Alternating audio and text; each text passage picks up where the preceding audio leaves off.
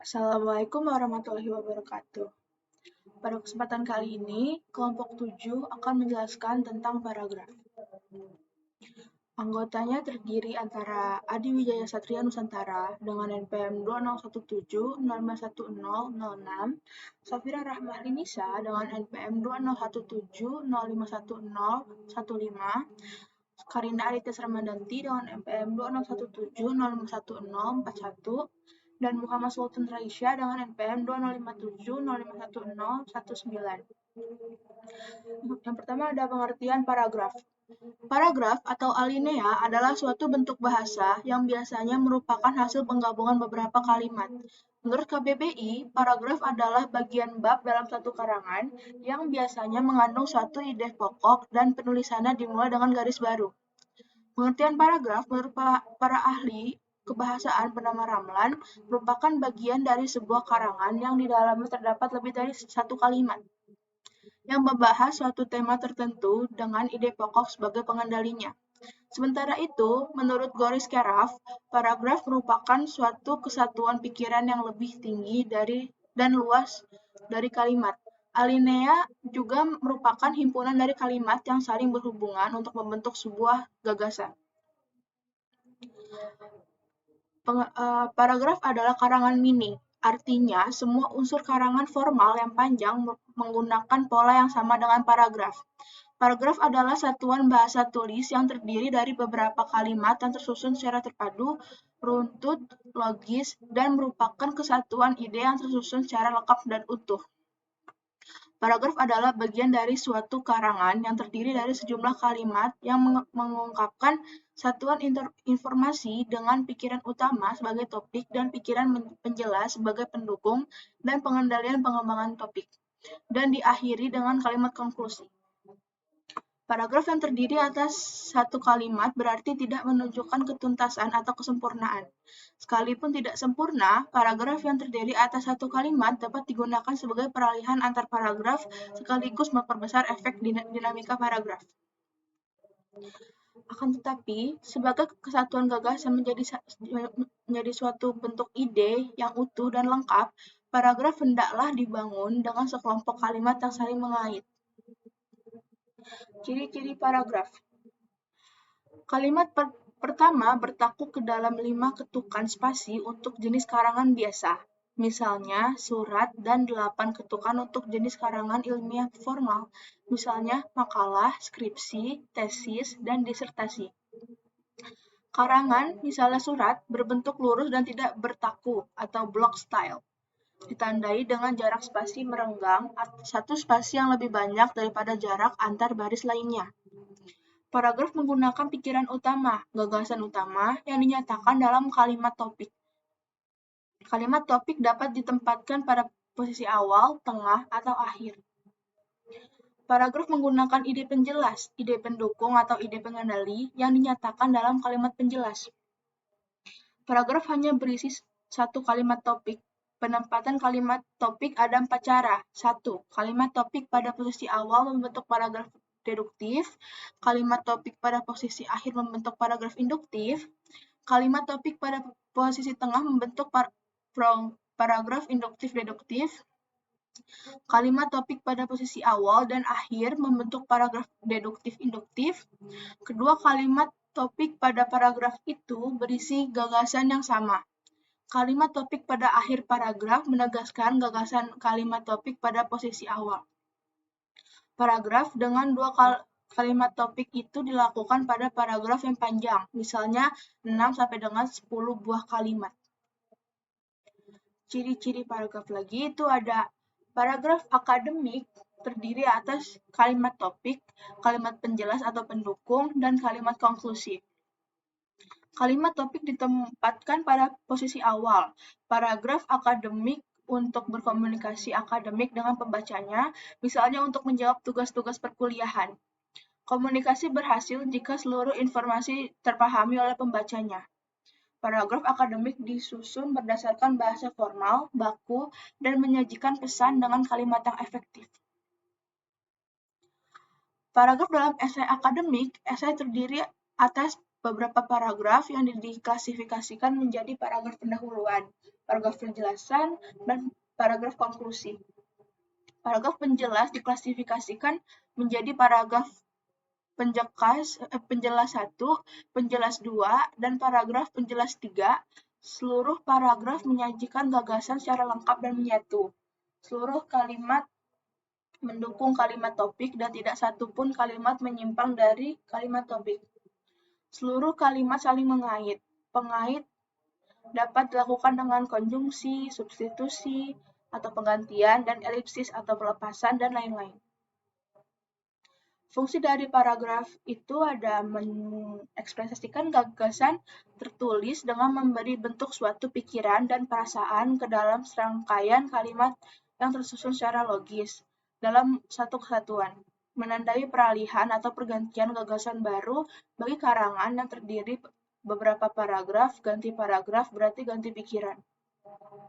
Mengorganisasi gagasan dengan mengurutkan penempatan gagasan. Itu bisa paragraf terdiri atas kalimat topik, kalimat penjelas, dan kalimat konklusi. Esai terdiri atas paragraf pendahuluan, paragraf penjelas, dan paragraf konklusi. Mengembangkan topik karangan ke dalam satuan-satuan unit pikiran yang lebih kecil. Misalnya paragraf pendahuluan, paragraf pengembang 1, paragraf pengembang 2, paragraf pengembang 3, dan paragraf konklusi. Mengendalikan variabel terutama karangan yang terdiri atas beberapa variabel. Untuk dua variabel, misalnya paragraf 1 pendahuluan pentingnya membahas kedua variabel X dan Y, paragraf 2 membahas variabel X, paragraf 3 membahas variabel Y, paragraf 4 membahas hubungan variabel X dan Y, paragraf 5 hasil analisis, paragraf 6 menyajikan konklusi. Syarat paragraf yang baik. Paragraf yang baik harus memenuhi syarat kesatuan, kepaduan, ketuntasan, keruntutan, serta konsistensi penggunaan sudut pandang. Untuk menjamin adanya kesatuan paragraf, setiap paragraf hanya berisi satu pikiran. Paragraf dapat berupa beberapa kalimat, tetapi seluruhnya harus merupakan kesatuan. Tidak satu kalimat pun yang sumbang yang tidak mendukung kesatuan paragraf. Jika terdapat kalimat yang sumbang, paragraf akan merusak kesatuannya. Berikut adalah contoh paragraf dengan kesatuan pikiran. Keterpaduan. Paragraf dinyatakan terpadu jika dibangun dengan kalimat-kalimat yang saling mengait.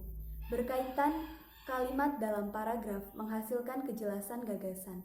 Keterkaitan kalimat itu menghasilkan keterpaduan paragraf menjadi satu kesatuan konsep, pikiran, atau pendapat yang utuh dan kompak.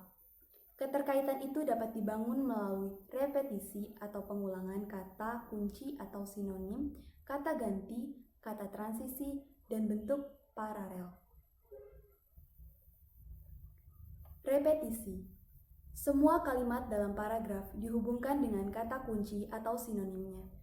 Kata kunci atau sinonimnya yang telah disebutkan dalam paragraf pertama diulang pada kalimat kedua, ketiga, dan seterusnya. Dengan pengulangan itu, paragraf menjadi padu, utuh, dan kompak. Substitusi. Kepaduan dapat dijalin dengan kata ganti, pronomina, atau au padanan.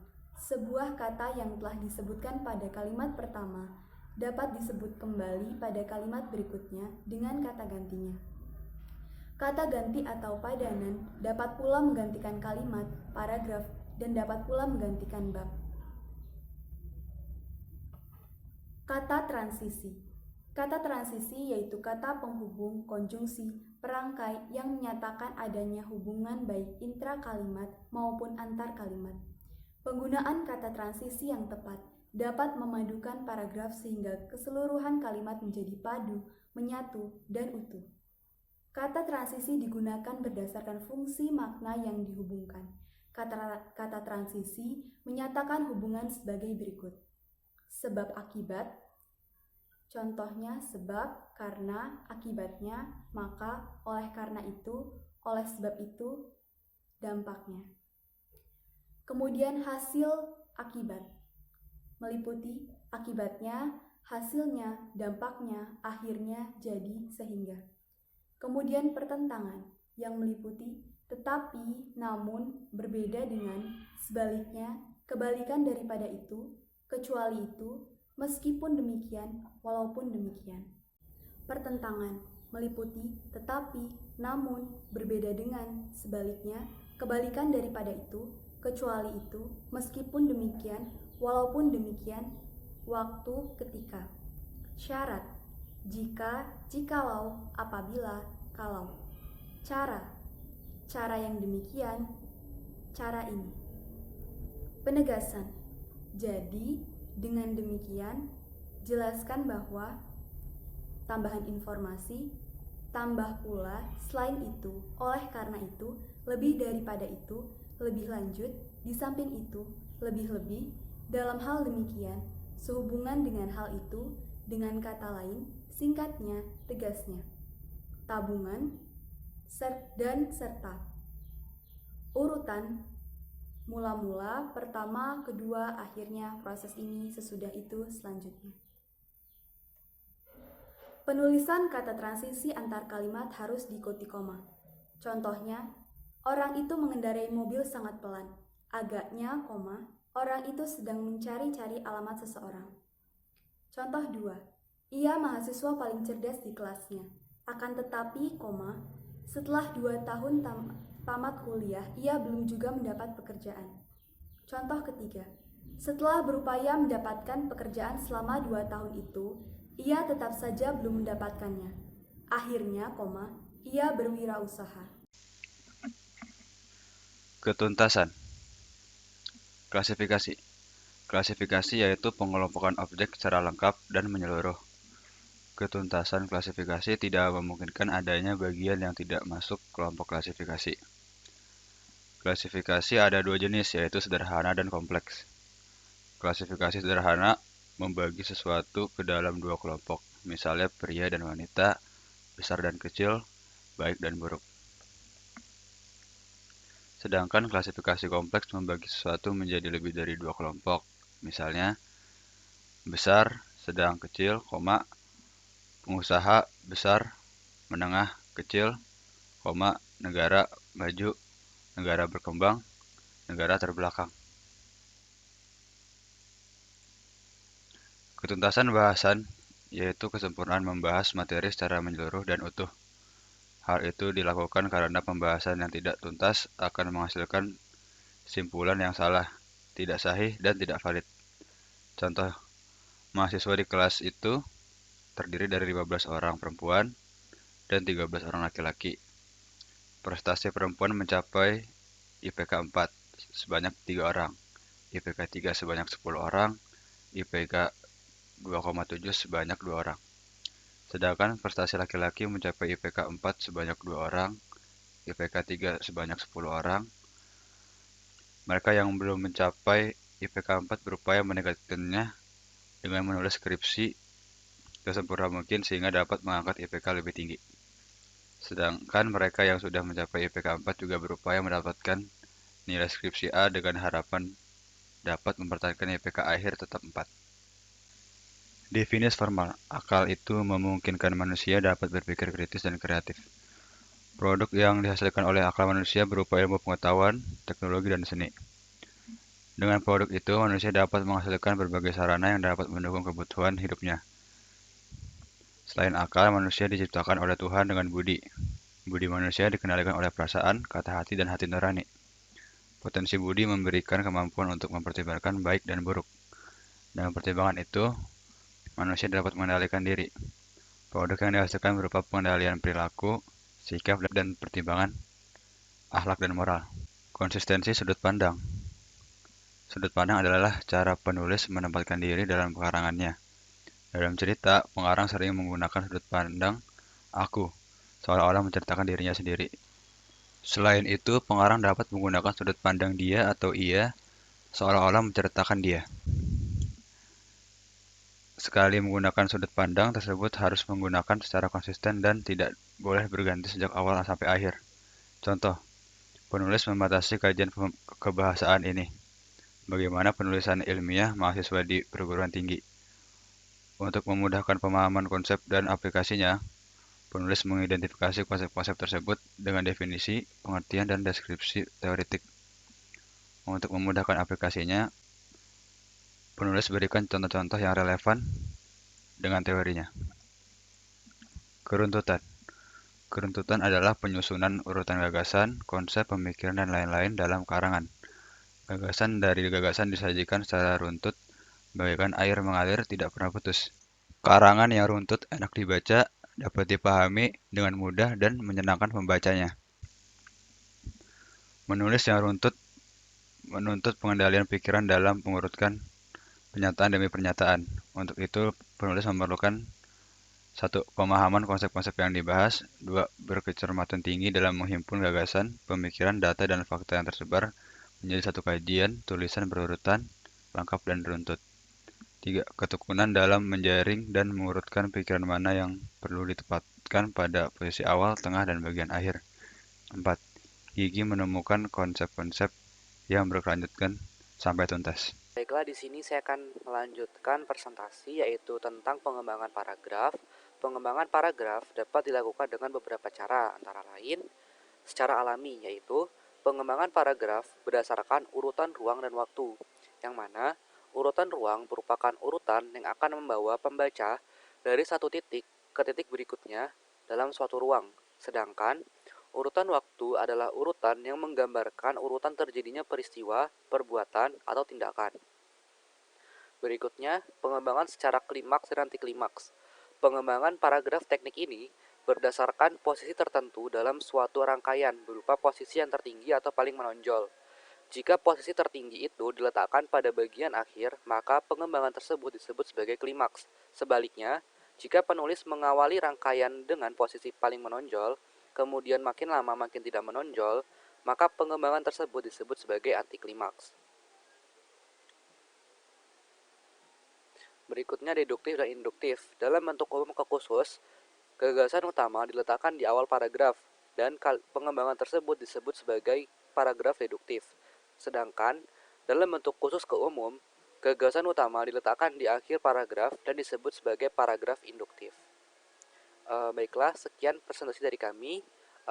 Kami akhiri. Wassalamualaikum warahmatullahi wabarakatuh.